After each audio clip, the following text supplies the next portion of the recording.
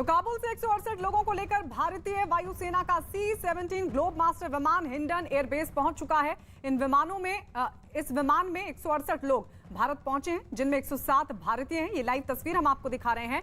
वो तमाम लोग जो C-17 ग्लोब मास्टर विमान में सवार होकर भारत लौटे हैं, वो अपनी आप बीती बताते हुए कि कैसे तालिबान की तरफ से वहां दहशतगर्दी मचाई जा रही है, मनमानी चलाई जा रही है।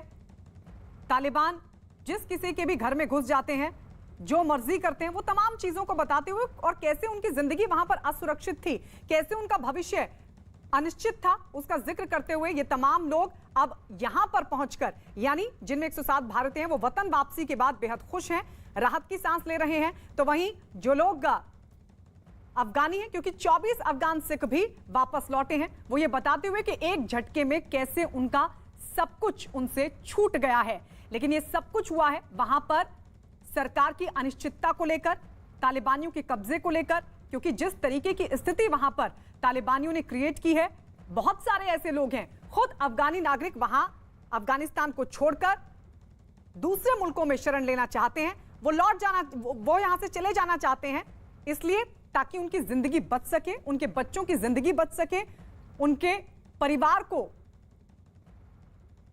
सुरक्षा मिल सके, जो अफगानिस्तान में मुमकिन नहीं है। लेकिन वहां से तालिबानी उनको जाने नहीं दे रहे हैं। इस सब के बीच भारत सरकार भारतीयों को लाने की कोशिश लगातार कर रही है। वहाँ बहुत मुश्किल था, इसलिए यहाँ आया। तालिबान जब मेरा वो इंडिया और बहने और भाया उठाया, हम भी उसके साथ था, दामाद में और मेरा लड़की भी, 2 पोता में भी था। तकरीबन 4 घंटा उसके पास हम लोग था, और उसके साथ हम बहुत बातचीत किया कि जो इंडिया भाई और बहनें हैं, ये हमारा मदद के लिए आया है, ये अफगानिस्तान के लिए आबादी के लिए आया है। फिर भी उसका हम लोग के साथ बहुत बर्ताव किया। मुश्किल तो सब अफगानिस्तान पब्लिक का है उधर, मगर हम सिख और हिंदू को ज़्यादा, क्योंकि तालिबान किसी को नहीं जानते।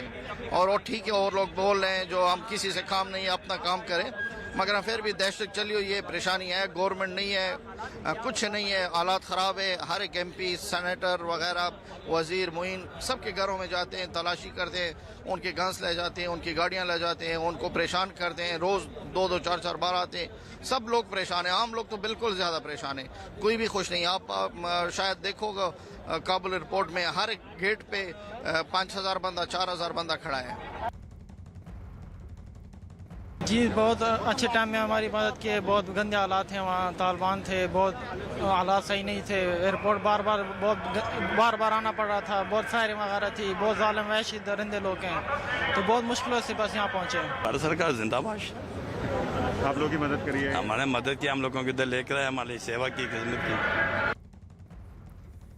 तो ये सुना आपने अफगान सिखों को जो भारत पहुंचकर राहत की सांस ले रहे हैं और भारत सरकार का धन्यवाद दे रहे हैं। वो ये कह रहे हैं कि इतने बुरे वक्त में भारत सरकार ने हमारी मदद की, हमें यहां शरण दी, यहां पर लेकर आए, क्योंकि वहां पर तालिबान दहशतगर्दी मचा रहे हैं, मनमानी कर रहे हैं। और इस सब के बीच जब वो आने की कोशिश कर रहे थे, अफगानिस्तान छोड़ने की कोशिश कर रहे थे, तो हजारों की संख्या में तालिबानी उनको रोक रहे थे। लेकिन उसके बावजूद भी भारत सरकार के प्रयासों से ये सब कुछ संभव हो पाया कि न सिर्फ 107 भारतीय इस विमान में सवार होकर लौटे हैं, 24 अफगान सिख भी इसमें शामिल रहे हैं, और वो भी भारत लौटे हैं और उनकी तरफ से धन्यवाद दिया गया। लेकिन साफ तौर पर उनके चेहरे पर जहां एक तरफ राहत दिखाई दी, जहां एक तरफ सुकून दिखाई दिया कि कम से कम अब भारत में वो सुकून की सांस तो ले पाएंगे, जो अफगानिस्तान में मुमकिन नहीं हो पा रहा था तालिबानी राज की वजह से।